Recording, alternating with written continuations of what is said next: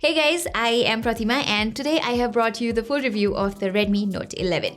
Since the start of February, one of our team members has been using this device as his daily driver for more than 3 weeks now, and I am going to share all his experience with this phone in this video. So allow me to kick things off with the things that we are impressed with from this phone. No price for guessing, it's the 6.43 inches AMOLED display. While its predecessor settled for a standard 60Hz refresh rate, Redmi has provided a faster and much improved 90Hz panel on the Redmi Note 11. As a result, scrolling through the UI feels a lot more smoother here. Plus, the Redmi Note 11 is the only device in this price range to offer number 1, a 90Hz refresh rate, number 2, full HD resolution, and number 3, an AMOLED screen. Currently, I think there are no phones in this price bracket that ticks all 3 boxes. It is also protected by Gorilla Glass 3, and you will really enjoy watching movies and series on this phone. Content look pretty sharp here since it's Wideband L1 certified for HD playback on streaming platforms like Netflix, while you also get to enjoy the vibrant colors and deep blacks of an OLED panel. The Note 11 even supports the DCI-P3 color gamut, which makes colors pop more compared to the standard sRGB gamut. On the other hand, its brightness reaches up to 700 nits under high brightness mode, which is enough to maintain easy outdoor visibility. That being said, this display is far from perfect. We found the automatic brightness adjustment to be a tad bit slower here. And since the default vivid color mode uses it to adjust visuals, the contrast may seem off for split seconds at times. Also, we have noticed some screen flickers, mostly during night when we usually keep the brightness at its lowest. But because it was not a routine experience, it's not an absolute deal breaker for me, but it's something that you guys need to know. There is no HDR playback either, but that's okay for a budget phone, I guess. Okay, next let's talk about the audio setup, which is another crucial aspect of the multimedia experience. If you are not aware, Xiaomi has kind of democratized stereo speakers by offering one on most of its budget and mid-range smartphones. And the Redmi Note 11 speakers have made quite an impression on me. They can get sufficiently loud and you will hardly notice any imbalance between the audio quality from the top and bottom speaker units. Of course, there is little to zero bass to enjoy here, but I am just nitpicking at this point. Okay, moving on, the phone also brings a refreshed design with flat frames. Like many others, we were quite skeptical of this flat edge layout at first, but its rear panel thankfully retains a slight curve, which results in a comfortable hands-on feel. As a result, be it casual usage or gaming, you will have no trouble handling this phone. Weighing around 180 grams, it does not feel that heavy too. On top of this, it is also IP53 certified against dust and splash damage, while an IR blaster finds its way on the Redmi Note 11 as well. Then again, its performance has divided people more than anything else about the phone. Underneath, there's the new Snapdragon 680 chip, which sounds like an upgrade over the Snapdragon 678 on last year's Note 10. I mean, it does have a higher number in the name, which means it should be superior, right? However, it is not that simple. Monikers can be deceiving after all. First off, the 680 does bring some improvement over the 678, mostly on the power consumption side of things.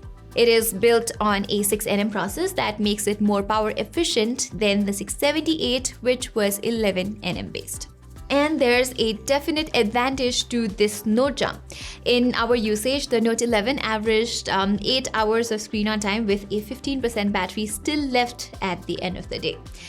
Even the charging is quite swift here with the 33-watt Pro power brick that Xiaomi ships inside the box, which takes the phone from 0 to 100% in just 1 hour and 5 minutes. It's not as fast as advertised, but it's fast nonetheless. In addition, the Snapdragon 680 brings support for 90Hz 1080p displays and a triple image signal processor. Sadly, this is where its edge over the 678 ends. As you can see from this table, everything from the CPU to GPU is simply better on the 678. In fact, Snapdragon 678 CPU and GPU are a lot more comparable to that of the Snapdragon 665 instead. By the way, that's the same chip that Xiaomi used on the Redmi Note 8 way back in 2019. Therefore, the 680's restricted hardware capability is evident while gaming. While you can play PUBG Mobile at balanced graphics and ultra frame rates on the Note 10, the Note 11 maxes out at balanced graphics and medium frame rates only. However, if you want the best PUBG experience, I will suggest you to game on smooth graphics and high frame rates. The gameplay is a lot more stable here, and the phone does not get warm over a long duration either. You can enjoy games like Asphalt 9 at high settings, but the visuals seemed a little off. Likewise, you're able to play Mobile Legends at high graphics and ultra frame rate with negligible stutters here and there. The Note 11 can also handle normal day-to-day tasks quite well. Performance is not an issue during casual web browsing, social media usage, and multimedia consumption. Moreover, it is among the first phones to ship with the new MIUI 13 out of the box, and many of you guys have been asking me about what's new here. Unfortunately, I did not notice many differences between the MIUI 13 and 12.5. Maybe it has to do with the fact that the Redmi Note 11 is still stuck on Android 11. As a result, many of the new features that Xiaomi announced on the Chinese launch of the MIUI 13 are not present here. I did not even find the sidebar feature that the company announced on the global launch, although that's present on the Redmi Note 11 Pro. What's even worse is that while my Note 11 is still on Android 11, most Redmi Note 10 users have already started receiving the Android 12 update. I am obviously not against the company pushing updates on older phones, but the whole situation is quite confusing to me. Additionally, it also comes with a bunch of preloaded apps, but you can easily uninstall most of them. The UI seems well optimized for 90Hz though. We have not faced any issues like micro stutters here as well. Add the 180Hz dot sampling rate to the mix, the phone feels quite responsive. The RAM management here feels okay-ish only. It does not kill the apps as soon as you leave them, but it also does not keep them in memory for as long as I would have liked. On the other hand, you might know that I've been quite vocal about MIUI's under-optimized dark mode in my past videos.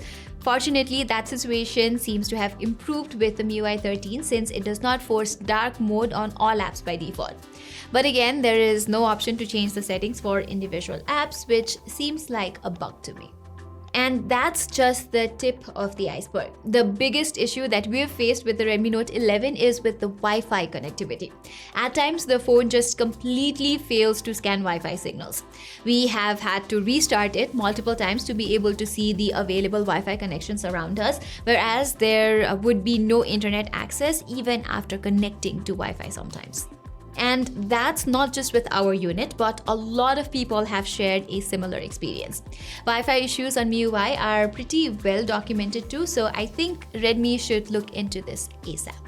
Anyway, a lot of users have complained about the proximity sensor on last year's Redmi Note 10, but I am yet to face such an issue with its successor right here. I am also quite impressed with the haptics that Redmi has managed to provide in this price range.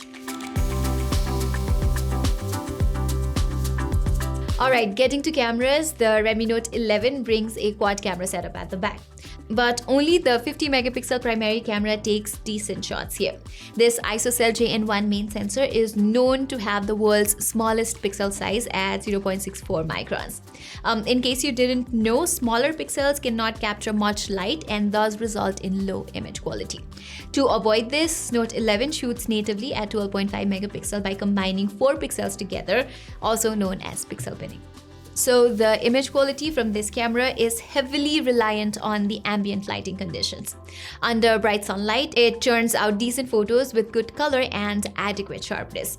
However, it can get inconsistent at times, especially under relatively dim conditions.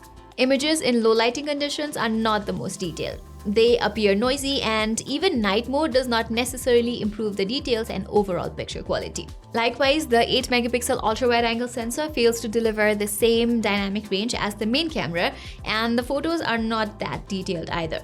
Most of the time, you can notice the color shift when switching from primary to ultra-wide angle camera.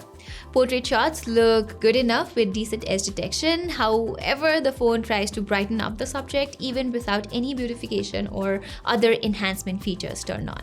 Moving on, the 13 megapixel selfie camera struggles to maintain background exposure. Photos have muted colors and the selfies look smooth as well. Honestly, I wouldn't use these pictures for my social media posts.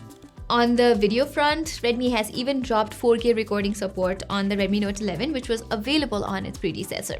It's a chipset limitation since the Snapdragon 680 maxes out at full HD recordings. Coming to the core video quality itself, there is no stabilization of any kind here in both 1080p 60 and 30 fps modes. As a result, the videos are shaky and also not the most detailed. About the selfie videos, well, you only have the option to shoot at 1080p 30 fps, and the videos severely lack stabilization, and there is no ultra steady mode for better stabilization either. Apart from that, the subject looks good and the background exposure maintenance also looks good enough. Well, that brings us to the end of this video. So, should you get the Redmi Note 11? I would say it's not the best bargain as we used to get 2 or 3 years ago, but I still think it's a decent value for someone whose primary use case consists of web browsing, content consumption, and someone looking for a good design and excellent battery life. However, it clearly is not for someone who values raw performance over everything else. Its downgraded performance means the older Note 10 and Note 10s still have an edge over the new Note 11 when it comes to gaming. Moreover, the Note 11 is also strictly average when it comes to photography, but that is not anything new for a budget Redmi phone. So guys, that was all for our full review of the newly launched Redmi Note 11. If you like this video, don't forget to give it a thumbs up, and while you're there, don't forget to subscribe to our channel and hit that bell icon. Till then, I'm Pratima and thank you so much for watching.